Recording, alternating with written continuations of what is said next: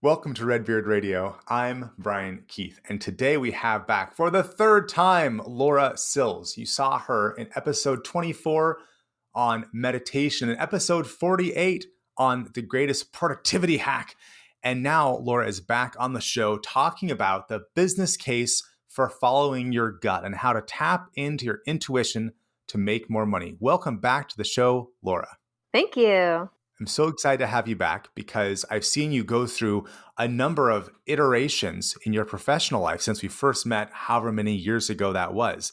And as we were talking about all these changes, we were talking about how to follow your intuition and how to really declutter your brain in a way that you can really listen to where you need to go. I'd love to hear a bit more about your journey since those episodes that went live a whole year ago. Yeah, Ziva was the company that I was at before, where my boss, Emily Fletcher, taught meditation online, also in person, but obviously in 2020, online became the only option. So we had to pivot, a few different times while I was there. We built out a big membership site, lots of online courses, and basically the main tool that I leveraged to scale the business while I was there was Keap. That ran the back end of pretty much everything. I spent most of my days troubleshooting or building new campaigns or building new courses, and everything centered around Keap. And so I really dove into the community surrounding it and met people like you and people like Greg Jenkins and businesses like Sixth Division and, places that really nurtured my professional development alongside what I was building at Ziva.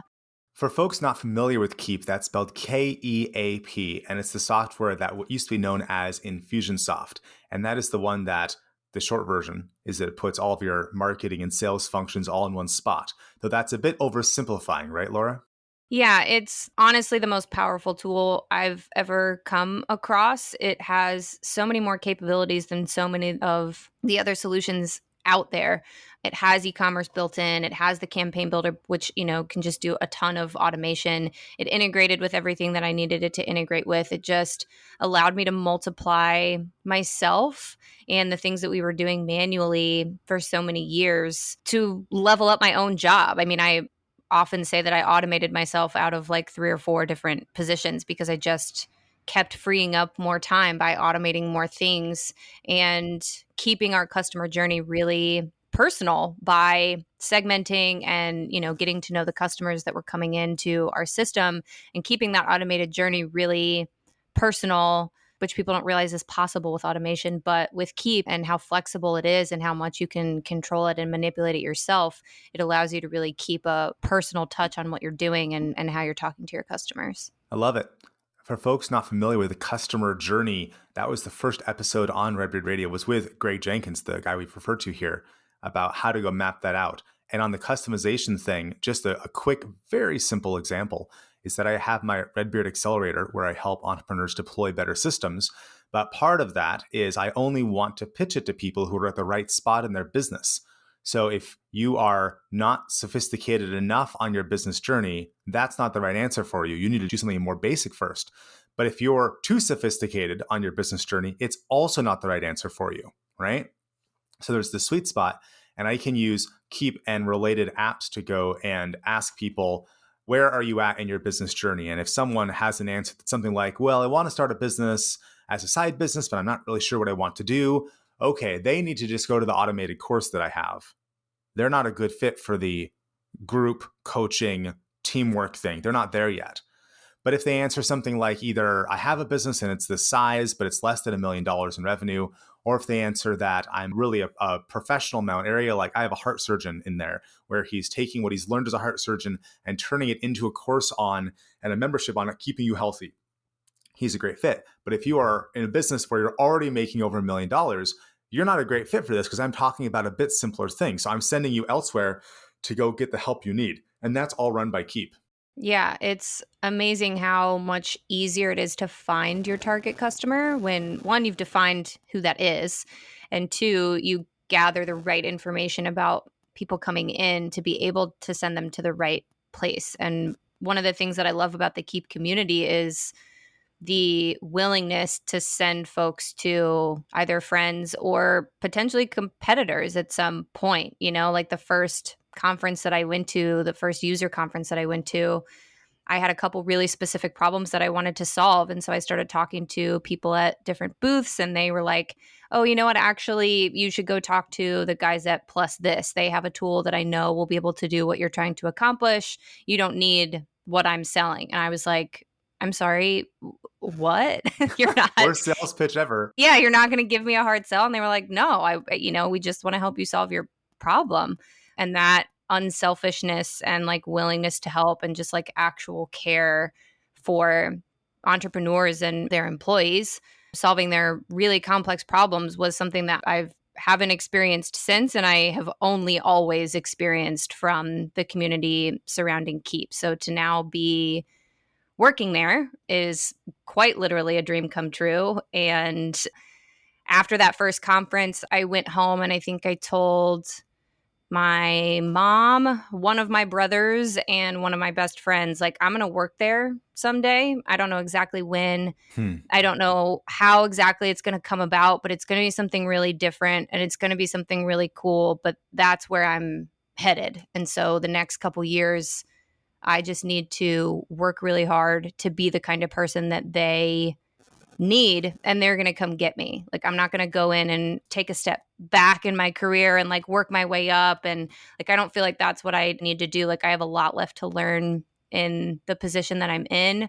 I have a lot left to do here, and I'm going to focus on, making this company the best that it can be and doing as much for it as I possibly can. And then the time will come when they feel like they need me, and we'll get connected however we need to get connected. And it's all just going to work out. And that's exactly what happened, which is really wild, but it does happen. If you focus enough on where you want to go and what you want to do and really get clear on why you want to do it more so than working for a specific place or a specific person, which obviously I did. But the reason why was because I love the community around Keap and I love the tool, and the tool taught me so much, and the people that developed it and work in it every day have taught me so much.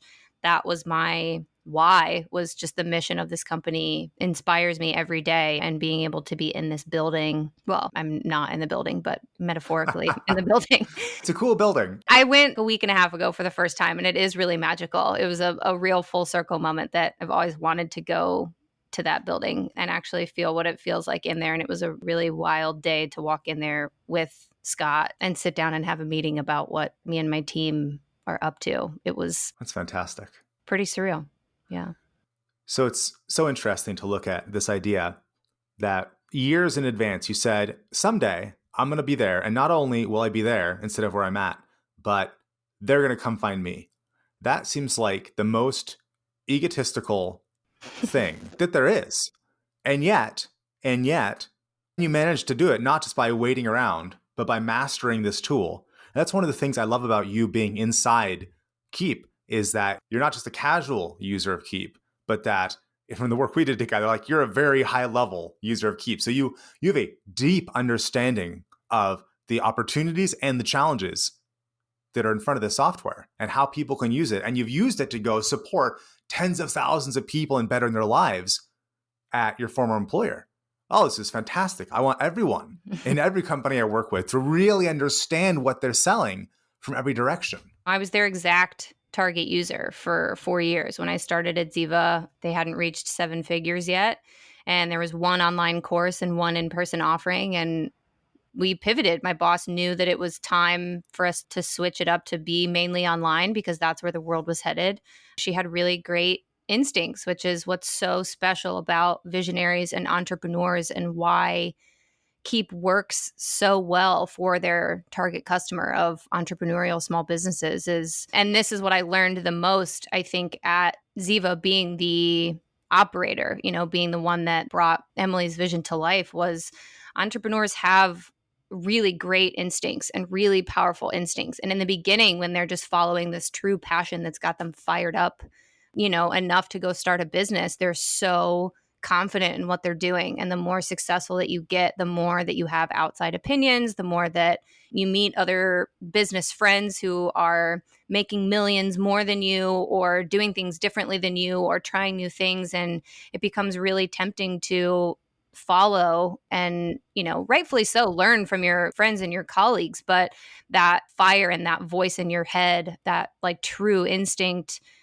gets quieter. And, I think the biggest challenge for entrepreneurs is finding ways to feel really validated in choosing their gut, especially when it's different from the status quo. But those that do change the world. And so, one of my main goals is just to inspire and validate entrepreneurs' gut instinct and say, what's right for your business. Here's 10 different ways that you could go. Here's 10 different scenarios. Here's 10 different paths. Here's 10 different ways that you can execute this main goal that you have. But your instinct is ultimately what you need to listen to. You know what's right. I don't. I can show you 10 different ways to do it, but you know what's right. And you just have to be able to quiet everyone around you enough to be able to tap into that fire that got you going in the first place. I am struck by the first glance incongruity of a person who is in charge of Keap Academy and educational resources at a not small company that sells software, talking about how her main job is to help people follow their gut. And I say first glance incongruity because at a deeper level, I really get it. But at first glance, it seems like because you're in charge of a Keap Academy, your job should be teaching people how to use software. But that did not enter into anything you just said. No, I mean, that's learned. And there's people that can do that for you, right? Like there's probably a couple hundred amazing certified partners. I've worked with, I don't know, probably close to 10 of them in the last 4 years that like, if you want something done, you can find somebody to go put it together. Mhm. That was my job at Ziva was, here's the vision. Okay, I can go execute, what the main vision is. But so many of the customers are solopreneurs and the main thing that they need is what do I need to do and why do I need to do it, not the how. The how we can take care of pretty easily. And, that's why I've got Greg Jenkins and Mike Edelman and people on my team that have taught people how to use the software for a decade.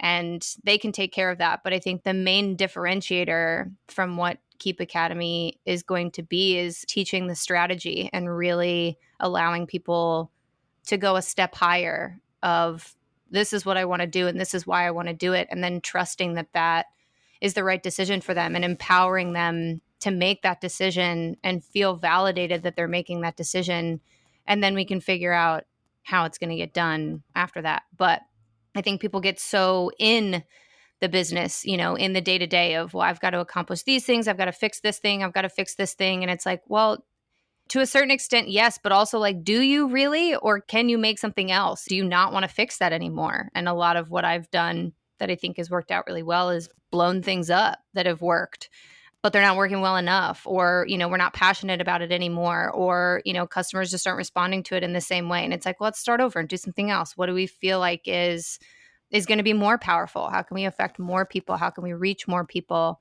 How can we scale? How can we build things that can grow with us? And that's become one of my specialties. But I think at this point, what feels more important for so many new entrepreneurs that inevitably are going to come out of 2020, right? Like, think how many people were forced into following their passion Yeah. in the last year, which I think is ultimately going to be a blessing in disguise, not to minimize any of the pain and suffering of the last year. But I think for a lot of folks, it's going to be really hard this year to figure out how to run a business. And the strategy piece of that is where we want to start and where I think we can actually affect the most change. How do you teach an entrepreneur who is maybe looking at too many different sources telling them you should do it this way or you should do it that way? How do you teach them how to get back in touch with their vision? I think that's the real magic formula. Like, once I figure it out, I'll let you know. But I think it's mainly just whatever they use to center themselves and to get quiet.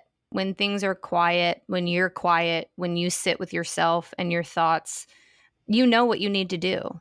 You know what you want to do. You know what you need to do. And it's just having the confidence to say it. I think that comes with time, that comes with experience, that comes with other people telling you that that's okay to make a decision that may not seem like the most popular or whatever it may be. And that's hard. But I think entrepreneurs doing it in a group and watching other people do it and seeing the results from that, a main thing that we want to do is just share success stories. We Hmm. just want to put a bunch of stories out there that are relatable for you to be able to say, okay, this person did it and they're okay and it worked out. And then this person did it and they're okay and it worked out. So I can do this too. I think that it's the community around it and being able to see that if you follow what you actually want to do, the universe is going to reward you for that. I love it. You're making me think about my fiance's course she just launched, the Beliefs Breakthrough course. And it's all about talking about limiting beliefs. And as she works with women, helping them change their mindset. And there's so many limiting beliefs that all of us are walking around with. And you're really talking about helping people identify some of those limiting beliefs that are fake.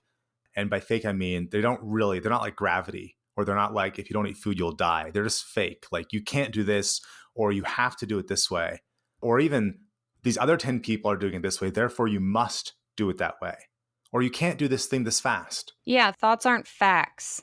Ooh, And learning that was like one of the hardest things I've ever had to learn because, your inner dialogue is mean.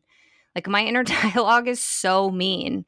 I just don't have to believe her anymore. And that's really powerful, I think, for anybody. I mean, for women especially, I think are slightly more susceptible to that. That's totally an assumption and could be 100% false. I think all humans are susceptible to it, but I just know that every woman that I've talked to is like, if I had friends that talked to me the way that I talk to myself, we would not be friends. Like, that is completely common. It's an evolutionary psychology thing, yeah, where if you look at the big five personality traits, men score higher on disagreeableness, women score higher on neuroticism worldwide. It appears to be part of our genetic makeup that men just tend to sort of be jerks and women tend to sort of be hard on themselves. yeah, And there's reasons for that. Women feeding better into the tribe and men being better at war and hunting and being alone. But it doesn't mean it's easier to live with. Just because I know that I'm a bit more disagreeable because I'm a man doesn't mean my fiance is going to have a better time. Like, oh, honey, I'm being a jerk because, it's DNA. yeah. That doesn't work very well. It's not a solution. It's just an explanation. Yeah, but understanding that in order to like give yourself a break when it happens. Mm. Like I don't have to be so hard on myself when I have a really bad day. It's like today's just a bad day. So that's fine. That's what today's going to be. I have some things that I can do to like try to turn it around, but I don't shy away from just leaning into it. If it's like, 5 o'clock and I'm done with work, which is hilarious. I've never done at 5 o'clock. But say, for the sake of this analogy, that I was done at 5 o'clock. I was going to roll with it. I was like, right on. Preach it. Well, they're also 3 hours behind me. So hours really fluctuate. That, But, I really enjoy my mornings now. yeah. If you need to sit down on the couch and just like watch 4 hours of awful television and order food, and that's what's going to make me feel better tonight, then that's what I'm going to do. And then I'll wake up early the next morning and start my day differently and know that it's a whole new day and I don't have to believe any of the things that I thought the night before. And most of the time, I feel a whole lot better the next day. And then I just have a different mindset that day. Like every day, your brain is so different. And just knowing that you can lighten up on yourself and give yourself a break and that you don't have to listen to the inner dialogue. You're reminding me of a couple different people. BJ Fogg in his book Tiny Habits, which I heard about in the Redbeard Radio episode with George Suderkoff, a Tiny Habits certified coach. BJ Fogg talks about we don't need grand gestures. Now, from the book Tiny Habits, you might assume he's talking about tiny habits, which is completely accurate. He talks about very small changes. That it's a trap to say you have to be so different than you are. Actually, cleaning a single fork or flossing a single tooth will change your entire life. And the grand gesture, it's a way we trick ourselves. And then you remind me of Mark LeBlanc, who wrote the Small Business Success Guide, a speaker out of Minneapolis area. And he talks about your tiny sliver of focus, but he also talks about how you shouldn't let last week interfere with this week, where if you know how many sales calls you have to make per week, the fact that even on a daily basis, did you make all your sales calls yesterday? That's nice. That was yesterday. Did you sell every single call yesterday? That's nice. That has nothing to do with today. And that really the wisdom arises from letting yesterday live in yesterday, letting tomorrow live in tomorrow, and not only not taking your failures too seriously, but not taking your victories too seriously either. That's interesting. And it's this interesting game I try to play with myself. Game's probably not quite the right word, like a perspective of, well, it's one of the four agreements, right? By that one dude. Was it Don Miguel Ruiz? Yeah, the four agreements. One of those is don't take anything personally. And that means not just what other people do, but what you do and what you tell yourself. You look at yourself in the mirror and you say, oh, I look beautiful today. That's nice. Don't take it too seriously. You've just eaten a whole thing of ice cream and you feel horrible about yourself. That's okay. Don't take it too personally. Like, really, just be here and be who you are and listen to yourself, which gets us back to the whole how do you follow your gut? That if you're so busy with what they think of me or what past me did or what future me did, it's really hard to know who am I now and where should I go now and how should I walk now? Yeah, I think for me in trying to decide like exactly what Keap Academy is going to be and what we're going to do and how we're going to do it, I spent a lot of time brainstorming alone to know that where my instincts are headed and where my brain is headed is actually what I think versus trying to read a bunch of books or look at a bunch of ways that other people are doing it. Like I try to shield myself from a decent amount of like what competitors are doing while I formulate my beginning opinion so that when I go to validate that and share it with other people, I know that I'm headed in the right direction and I know that it's actually like what I want to do. And then I'll go and share it and change it and get other people's opinions and ideas. And all of that is great. But the first like 2 to 3 weeks on the job with the whole team, I was like, everybody just spend a couple days thinking about what this looks like to you. And let's just come back together and compare notes. But I don't want to do it all in the same room. I want to have those moments, but I need to sit quietly with my thoughts and really think about what does this look like a year from now? What does this look like 3 years from now? You know, what do I actually want to make? And what do I think is going to make the biggest difference? And so for me, that looks like spending a lot of time alone so that when I come to an idea, I know that it's just coming from my intuition and my gut and my passion rather than getting ideas from outside sources. You make me think of so many different things. One of them is, do you know what Gary Vaynerchuk and Donald Trump have in common? No. They don't read books because they interfere with their original creative processes. Yeah. And Gary Vaynerchuk, he writes, and I don't remember where he said this, but he said, yeah, I don't read books. Like, here's this guy who writes all these books that we buy, Yeah. right? We're consuming, and yet he doesn't read books. That would distract him. That's interesting. You also remind me of a technique that Michael Gimron taught me. He's the guy who teaches sense making, which he defines as an intentional process of understanding. He has his course at learnsensemaking.com. And he taught me this think, write, share methodology where throughout his sense making class, we finish up a topic area in this live class. And then he'd say, okay, think, write, share time. So you spend a minute, a literal 60-second block, and you just think about what you just encountered, what you just thought about, the conversations you just had, but no writing aloud. And then you spend 60 seconds writing, just getting your thoughts from thought form into paper. And then you'd spend 60 seconds, so a very brief time, sharing with the rest of the group. And the class is 6 weeks long, and you end up getting in this habit of think, write, share. And eventually you realize this applies to everything. That if you, instead of trying to describe what you saw or what you think, if you stop and you think to yourself for a bit, and you just sort of cross your arms, sit there for a bit and think, well, what's really happening? What's really true out of what I just experienced? And only then do you write it down. But then you still don't talk about it. You just write it down. It's interesting. It's like you've gone through this think, write, share with your new position as you see what the future could look like. But you're measuring like, let's take a couple weeks to think instead of a minute and really get at peace as you have this team of experts and superstars. So you can really create this beautiful orchestra together. Yeah, it's a lot of idea people in a room. My team is all idea people and experts in different things. And so the puzzle for me is figuring out how to leverage everybody's native genius in the most effective way. And that's going to take a while to figure out exactly what that looks like. It's Hmm. a lot of really good ideas. And the hard part for me is, what do we do? And what do we do first, right? Yeah. The strategy behind this for me is really the order in which we do things. There's a lot that we can do. There's a lot that we should do. There's a lot that needs to be done that we are fully qualified to do.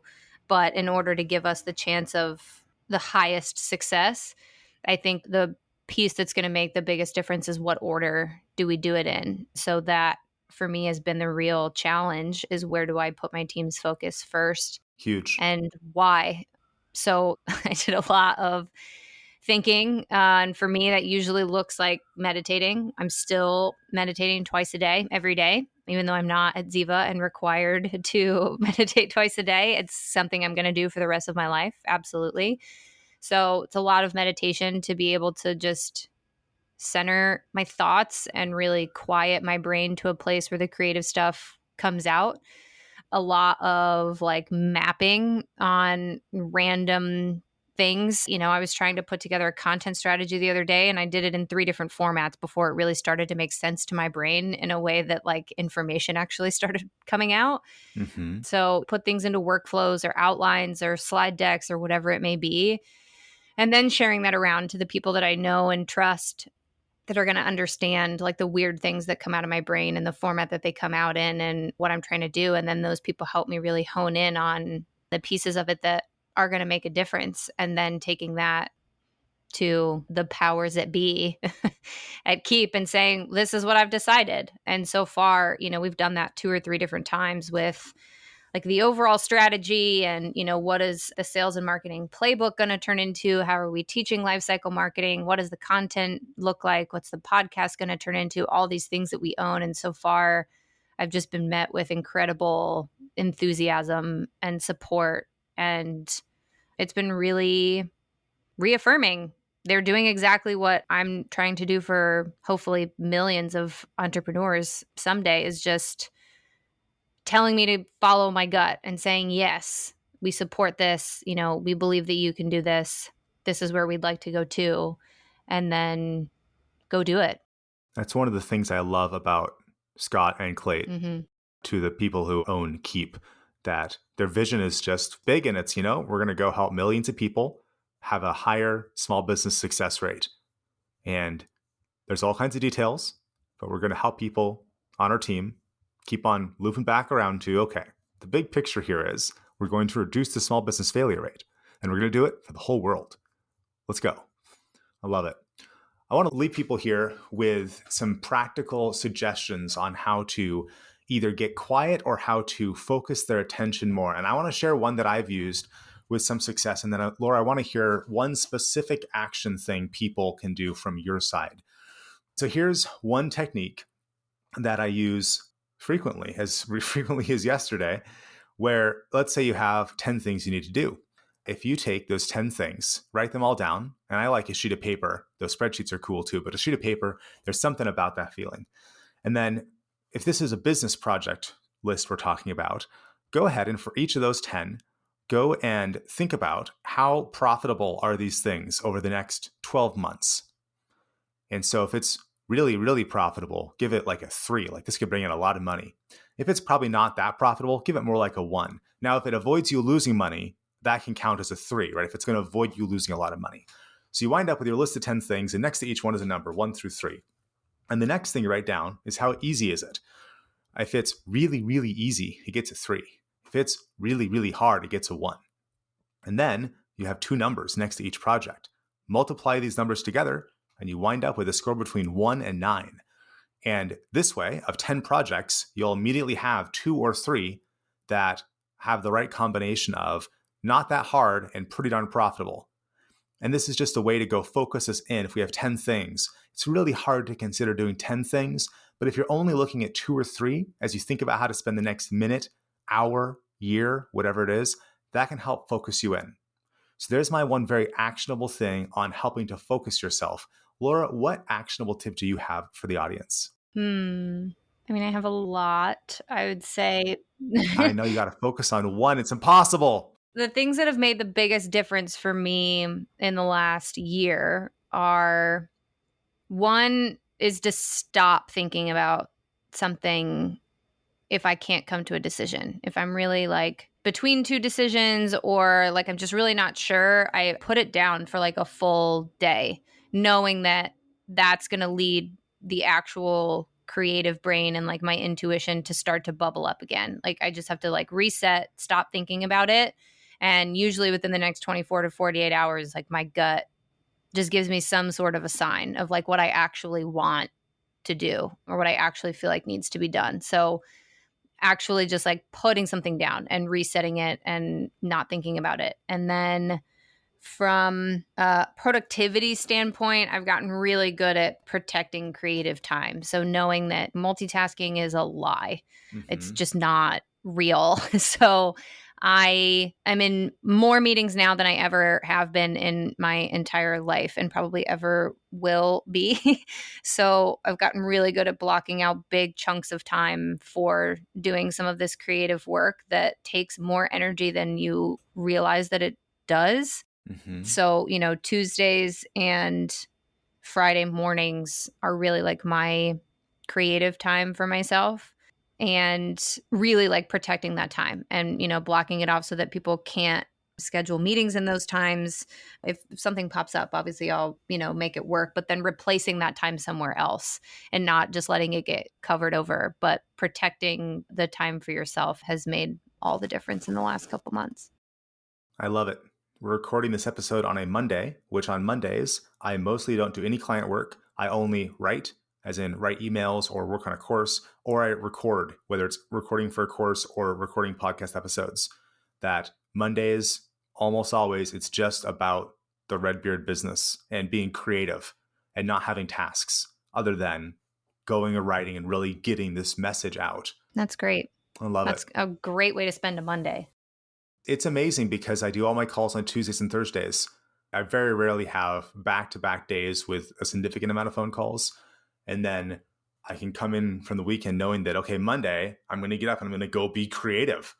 I'm going to go tell the story in a way that's just going to get the story across to more people. It's a wonderful way to start the week every week. Yeah, I bet. So, Laura, people can connect with you on Instagram at Laura Skills. That's LauraSkills.